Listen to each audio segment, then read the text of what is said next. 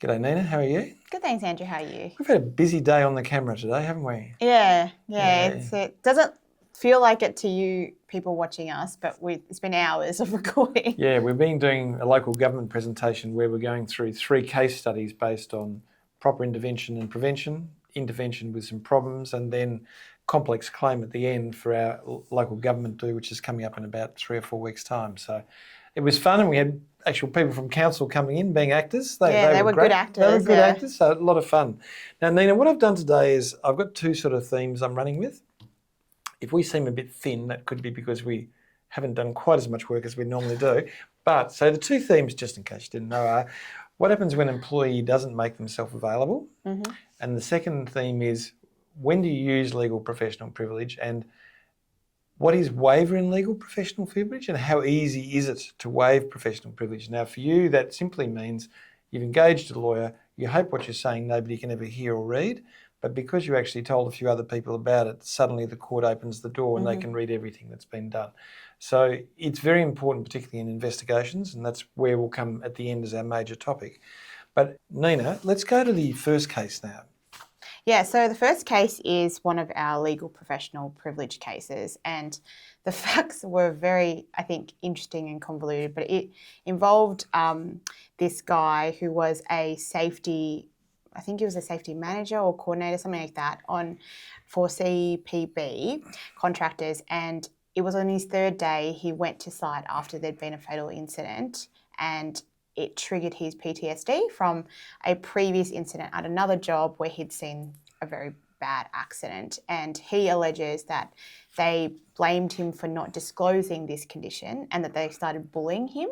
But they engaged a lawyer to look into the claims and found it wasn't substantiated. He then asked WorkSafe to prosecute CPB, and WorkSafe said, no, we can't see any breaches here. But he went one step further. Pushed up to the DPP. Yeah, who also was like, no, I don't think there's anything cigar wrong. Here, no. Yeah. And so he was like, well, you know what? I'm going to seek a Freedom of Information request. And basically we're seeking documents from the WorkSafe investigation. So the brief of evidence, the privilege advice, but also WorkSafe inspector notes.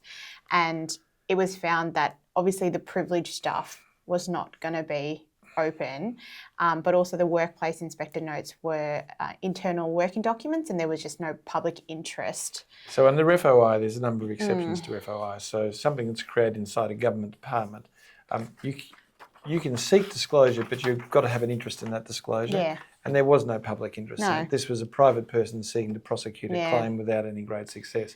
But what it does show is how legal professional privilege, where a lawyer is involved in providing advice, does provide a shield to other people looking at it. So we thought that's an interesting start to the case. No question of waiver in this case. It's simply, when does it apply? When you engage a lawyer to advise, and the dominant purpose for engaging that lawyer is to provide advice about a potential or prospective litigation, or generally it is the singular purpose to do it, it's covered by legal professional privilege. So I thought that was a nice start. Plus, I think it's a good thing to know as employers that WorkSafe documents in their investigation are not just easily accessible to anyone who wants them. No, there are some exceptions, and as we've sat recently with New South Wales and a few other jurisdictions, it can be easier in some jurisdictions than others, so be aware of that. So the next case is Pauline Dela Cruz and Blue Collar. It's a labour hire case, and it's where a labour hire had placed an employee with a host. Yep. The host needed that employee. The person had to go on Dubai for personal reasons for a period of time, gave notice that, went on leave. The labour hire provider didn't contact them during the leave because it was personal leave. But when they came back, started to talk about a new placement because they'd had to replace them at the old one. Yeah, so with the old place, they had off-boarded them and said that we're off-boarding you from this and you're not part of this anymore. Yeah, but it's important to remember that a labour hire employee is employed by the employer, not the host, and you're employed for the purpose of being provided as labour hire. Impliedly, it might be to a particular host, but that doesn't affect the capacity of the labour hirer to replace you so long as it's reasonable. Yeah, so the question was really in terms of whether there was a dismissal, because the employee said the fact that they were off-boarded meant there was a dismissal. And like what you're saying is the fact that there were future assignments and the fact that they contacted them after the leave evidenced an intention to continue that employment That's right, and that relationship. the evidence of the labour hire employer was consistent with what their narrative was. I think a really good case, because we often wonder what we're going to do as you reduce the level of labour hire in a business. We act for labour hirers, they get caught in that sort of catch. So, interesting case.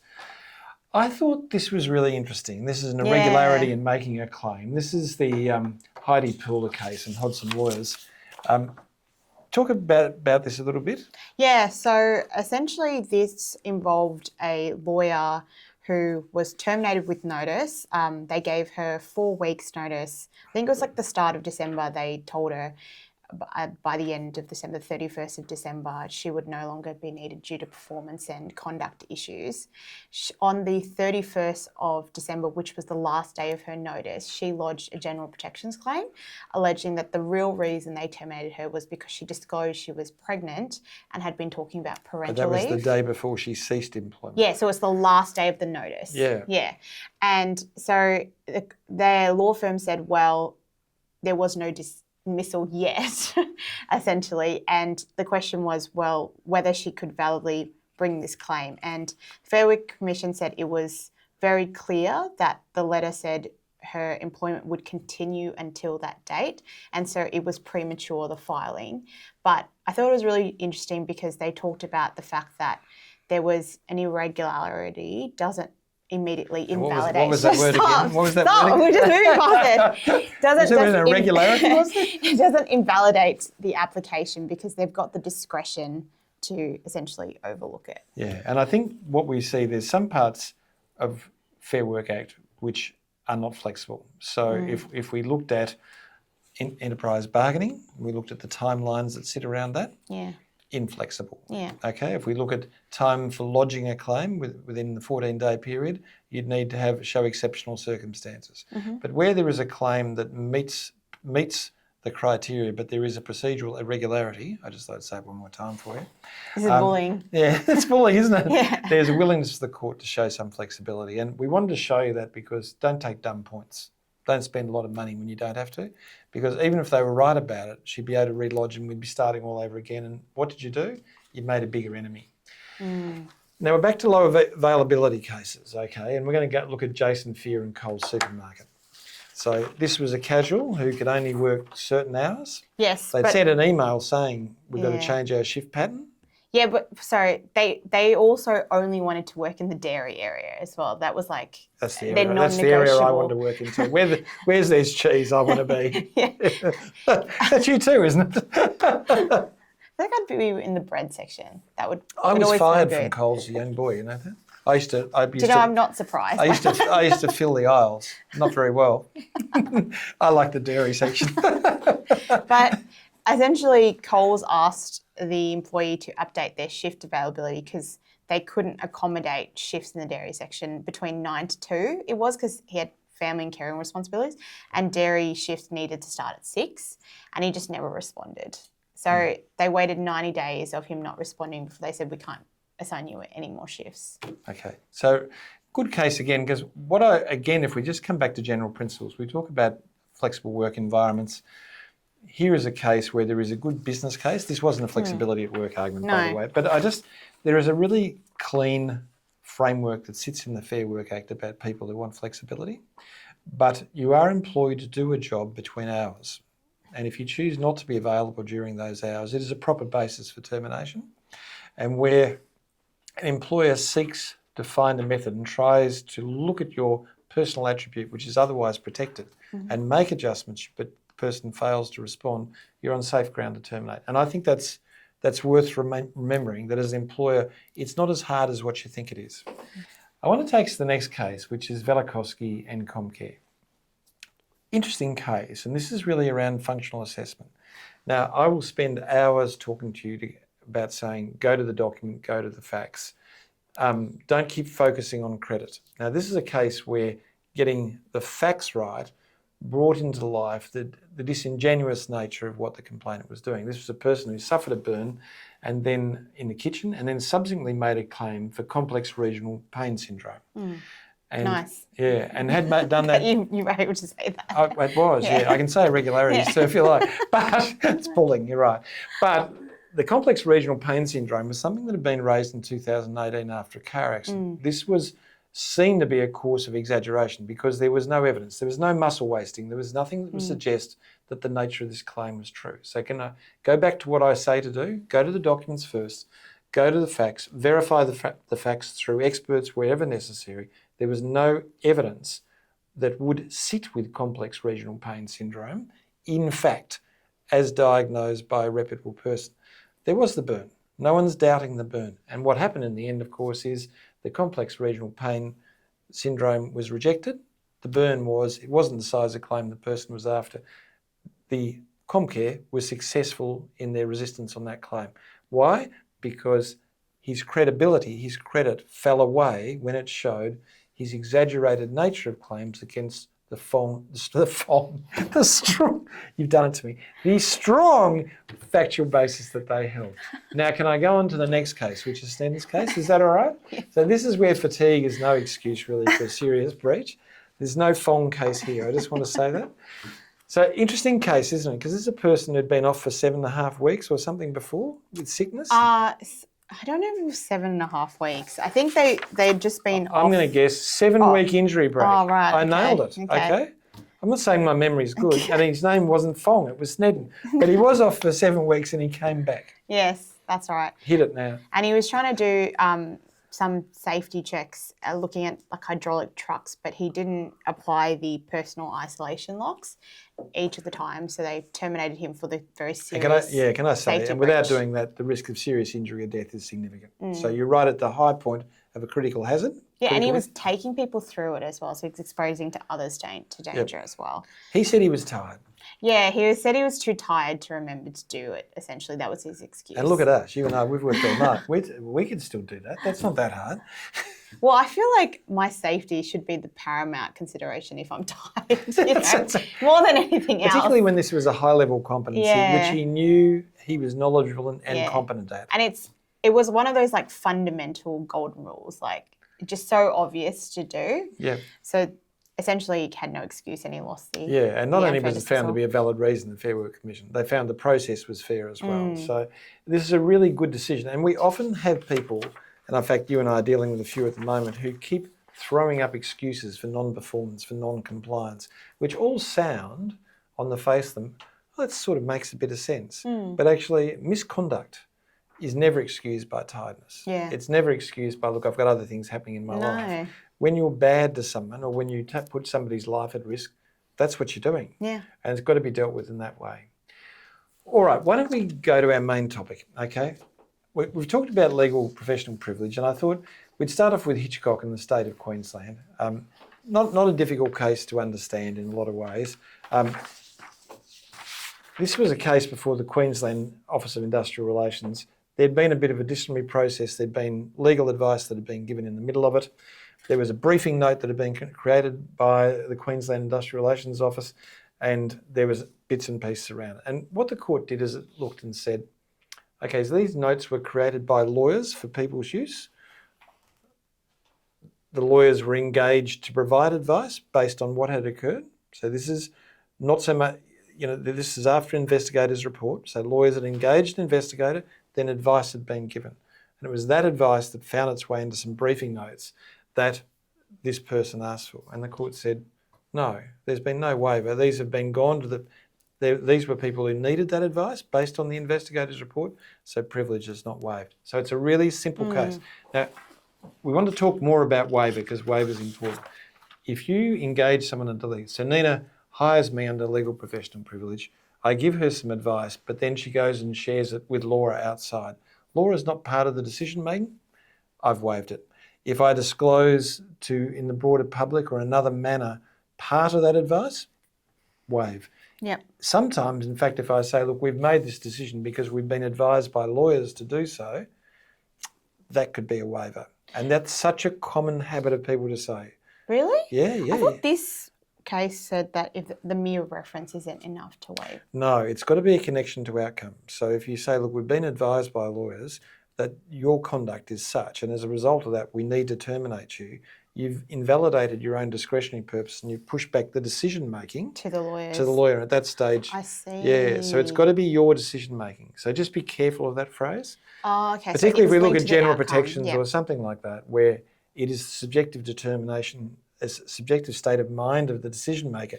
If you make the lawyer the decision maker, then the facts and matters that were before the lawyer become relevant and the lawyer's view becomes relevant and has to be defended. So I thought it's a good case because it's just on the edge. That's really interesting. Now, the Association of Professional Engineers was another case, pretty much on the same line, two different things. One was a group of slides Yes. that was presented by a lawyer.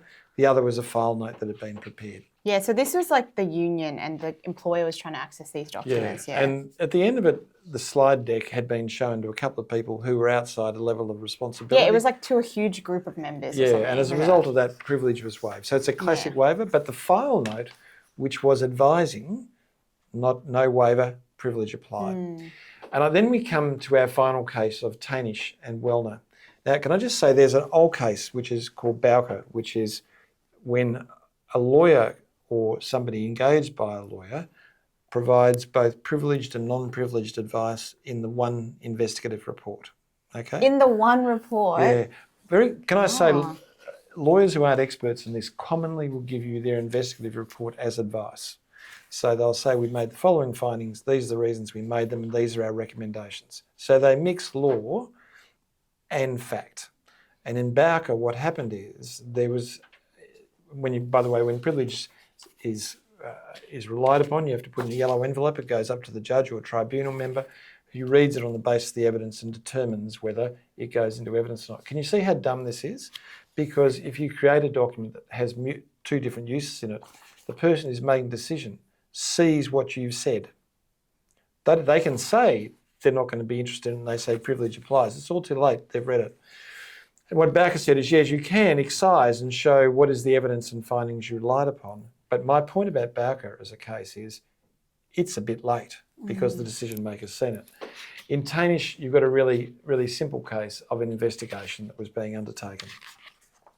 By a law firm. By a law firm, yeah. Who engaged the investigator under privilege. That's right. And the question really is what, in respect to the advice that was given, was that privilege? So and the report, because the employees were seeking copies of the report and it was found that they were privileged. The fact that there were just findings that came out of the report didn't make the whole report accessible to them. No, it didn't. So this is sort of the edge of Bowker, can you see that? But can you once again see how dumb the process is? Yeah. Because a sensible process would be for the employer to engage the investigator directly to give findings and to have privilege with the investigator to give recommendations to the lawyer. The two never meet. You don't have them in the same document. And that's the process that we undertake. And it's a valid and it's a legal process. But I warn you, and Tainish is an example, don't, what is it in Ghostbusters? Don't mix the whatever it is. Oh, I can't remember what it is now. But either. don't get things mixed together because by the time the tribunal member or the judge sees it, it's over. Okay? So why don't we go on and have a look at the case study? Because that's going to test this, isn't it? Yeah.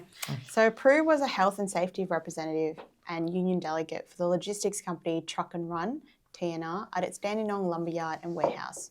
She raised concerns about how timber was being loaded onto the new Denison BW trailers.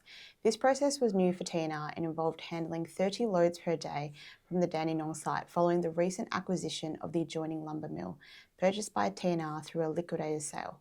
Previously, they had only handled 2 to 3 small timber loads per day from that mill. TNR required that timber be strapped together to form a solid pack, which then loaded onto the trailers using a forklift or crane. Prue argued that the crane method was unsafe and refused to carry it out. She advocated for placing the timber into crates before loading, stating that it would make loading and unloading by forklift easier and much safer when using a crane. She felt that the existing method was unreliable and if one piece slipped, the entire load could fall. TNR declined her proposal, citing an estimated $500,000 in additional capital costs. Instead, they conducted a risk assessment with an external expert and implemented administrative controls to reduce the risk. Prue was shown this risk assessment but conducted her own. She concluded that the controls, such as keeping people away from loading areas, did not adequately protect plant operators, other workers around the departing trucks, or the general public. This was her professional opinion. After being directed to assist with TNR's method, Prue refused and issued a provisional improvement notice. Her conduct was then investigated by a safety consultancy firm engaged by TNR's lawyers under legal professional privilege. At her show cause meeting, Prue was presented with 5 bullet points under a heading titled Findings. In the bottom right corner of the document, beneath the last point, appeared what seemed to be a page number 6. The findings did not address the safety concerns Prue had raised. Instead, they focused on the directive given to her and her refusal to comply. During the meeting, a union organiser presented TNR management with a social media post from the company's internal Slack platform. The post, directed to the senior leadership team, many of whom were not involved with the lumber mill or its safety operations, was from the OHS manager. It said they were within their rights to terminate Prue for failing to follow a directive, although there was some risk regarding the reasonableness of that directive. The union official requested access to the safety consultant's report, the legal advice and the letters of instruction, but TNR refused, citing privilege. Prue's employment was then summarily terminated. Okay, so would the union and Prue have a claim that the investigations and advice under legal professional privilege were waived, and therefore could they gain access to it? What's your thoughts on that?